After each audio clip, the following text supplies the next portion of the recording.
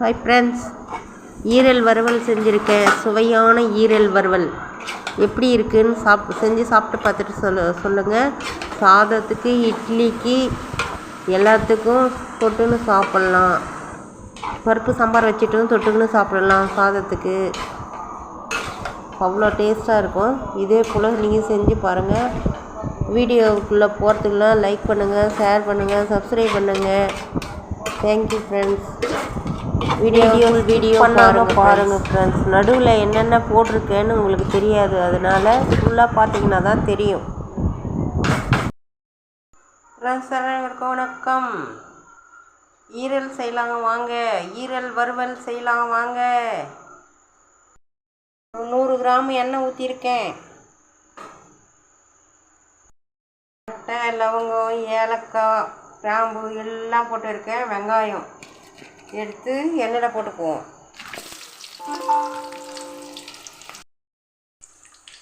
சீரகம் போட்டுக்குவோம். கடுகு போட்டுக்குவோம். சோம்பு போட்டுக்குவோம். நான் வந்து ஞாபகம் இல்லாமல் வெங்காயத்தை ஃபஸ்ட்டு போட்டுட்டேன். நீங்கள் வெங்காயம் ஃபஸ்ட்டு போடாதீங்க, அதனால் நான் ஓரமாக தள்ளி விட்டுட்டேன். இப்படி மறந்து போட்டாலும் உங்களுக்கு ஐடியா பண்ணிக்கோங்க. இப்போ உங்களோட ஐடியாவில் வந்து என்னோடய ஐடியா இது. இப்படி ஓரமாக தள்ளி வச்சுக்கோங்க. இது நல்லா வரட்டும்னு சொல்லிவிட்டு அப்புறமா தள்ளிக்குங்க வெங்காயத்தை. நான் ஞாபகம் இல்லாமல் போட்டுட்டேன். இப்போ சரியாக போச்சு. இது இப்போ இன்னும் கொஞ்ச நேரம் போட்டோம், அப்புறம் இப்படி திருப்பி தள்ளிக்கலாம் அந்த வெங்காயத்தெல்லாம். ப்ரௌன் கலர் ஆகிடுச்சு. இப்போது கடுகும் வெடிச்சாச்சு. இப்போது இதை தள்ளிக்குவோம். ஞாபகம் மறந்து போட்டிங்கன்னா இப்படி பண்ணிக்கோங்க. நான் ஞாபகம் இல்லாமல் போட்டுட்டேன். கருவேப்பிலை போட்டுருவோம்.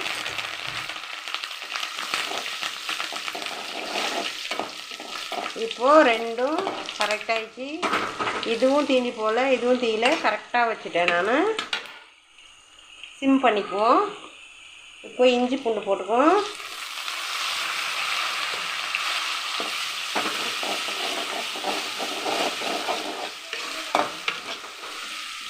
வாசனை வருது பாருங்கள். ஃப்ரெண்ட்ஸ், எண்ணெய் தனியாக, அந்த மசாலெல்லாம் தனியாக வந்துச்சு. இஞ்சி பூண்டு எல்லா மசாலும் தனியாக வந்துச்சு. இந்த டைமில் 1 ஸ்பூன் மிளகாத்தூள், 2 ஸ்பூன் தனியாத்தூள், 1 ஸ்பூன் மஞ்சாத்தூள் போட்டுக்குவோம். சிம்மில் வச்சுக்கணும். அப்படியே கீழே அடி பிடிச்சிப்போம், அதனால் சிம்மில் வச்சுப்போம். ஈரல் எடுத்து போட்டுக்குவோம்.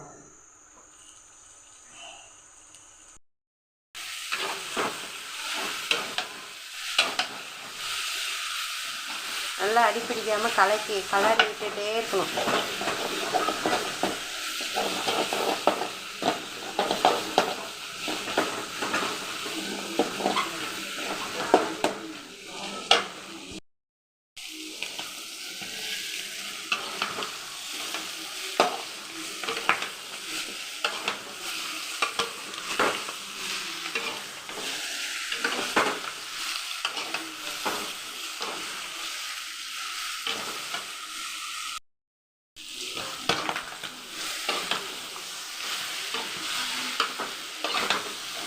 இது வேகிற அளவுக்கு தண்ணி போட்டிருப்போம். வடுவில் தான் செய்யணும், ஆனால் வந்து இது அந்த அளவுக்கு வேகாது. இந்த குண்டிக்காய் இந்த இதுவெல்லாம் இருக்குல்ல, இது வேகாது. அதனால் நம்ம கொஞ்சம் தண்ணி போட்டு ஒரு 1/4 மணி நேரம் நல்லா கொதிக்க வைக்கணும். பூண்டு விழுது போட்டப்பவே உப்பும் போட்டேன். இன்னும் கொஞ்சம் போட்டுக்குவோம். மொத்தத்துக்கு கொஞ்சம் போட்டுட்டோம்னா நல்லா டேஸ்ட்டாக வரும். இப்போது நீங்கள் இப்போ வந்து எப்படி இருக்குது, சால்ட்டு போட்டோம் இல்லையா, இப்போ எப்படி இருக்குதுன்னு இப்போ பார்த்துக்கணும். நம்ம பார்த்துட்டு மூடி வேக வச்சிடணும். எல்லாமே இப்போ பார்த்துக்கணும். உப்பு எல்லாமே பார்த்துக்கணும். உப்பு எல்லாம் பார்த்தாச்சு, எல்லாம் கரெக்டாக இருக்குது. நீங்கள் இப்போ வந்து மூடி வச்சு வேக வச்சணும். நல்லா வெந்த பிறகு அப்படியே நம்ம வறுக்கிற பதத்துக்கு வந்ததும் இறக்கணும். உங்களுக்கு தண்ணி கொஞ்சம் வேணும்னா கொஞ்சம் சேர்வா மாதிரி இறக்குங்க. அப்படி இல்லைன்னா நீங்கள் எங்கள் தண்ணியெல்லாம் எதுவும் சேர்வாகவே வேணாம், வருகிற மாதிரின்னா நீங்கள் எப்படியும் ஒன்றா பண்ணிக்கலாம். ஆனால் கம்பல்சரி இவ்வளோ தண்ணி ஊற்றினா தான் இது வெந்து வரும்போது டேஸ்ட் வரும், எல்லாம் கரெக்டாக இருக்கும். இறக்கும்போது கொத்தமல்லி தூவி இறக்க வேண்டியது தான். இப்போது மூடி வச்சுடுவோம்.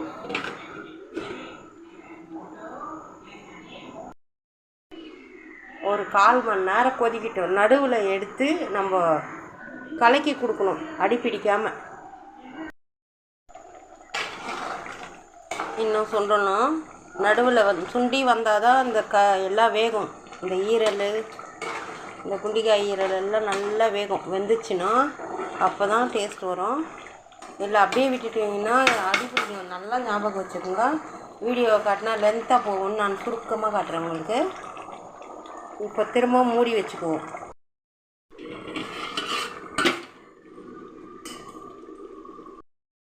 திறந்து பார்க்கலாம்.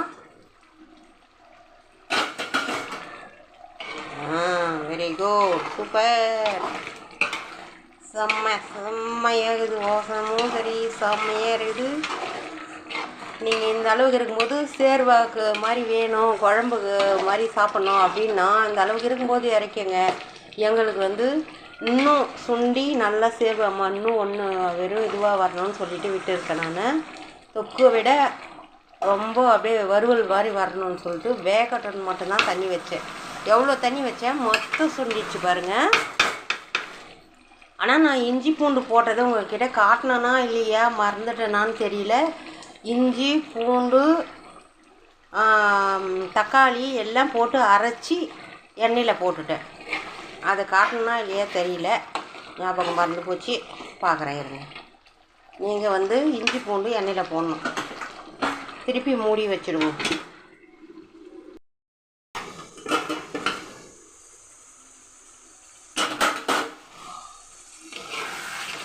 அவ்வளோதான் ஃப்ரெண்ட்ஸ். இவ்வளோ வரும்போது இறக்கலாம். இதுக்கு மேலே நம்ம விட்டோம்னா அடி பிடிச்சிக்கினே இருக்கும். இதுதான் பதமாக இருக்கும். கொத்தமல்லி தூவிக்கலாம். இன்றைக்கி எனக்கு செய்கிற மூடே இல்லை. செய்மா நல்லாயிருக்கும், நல்லா செய்மா, நல்லா செய்வே நீ அப்படின்னாங்க பசங்க. அதனால் பசங்களுக்காக செய்கிறேன்.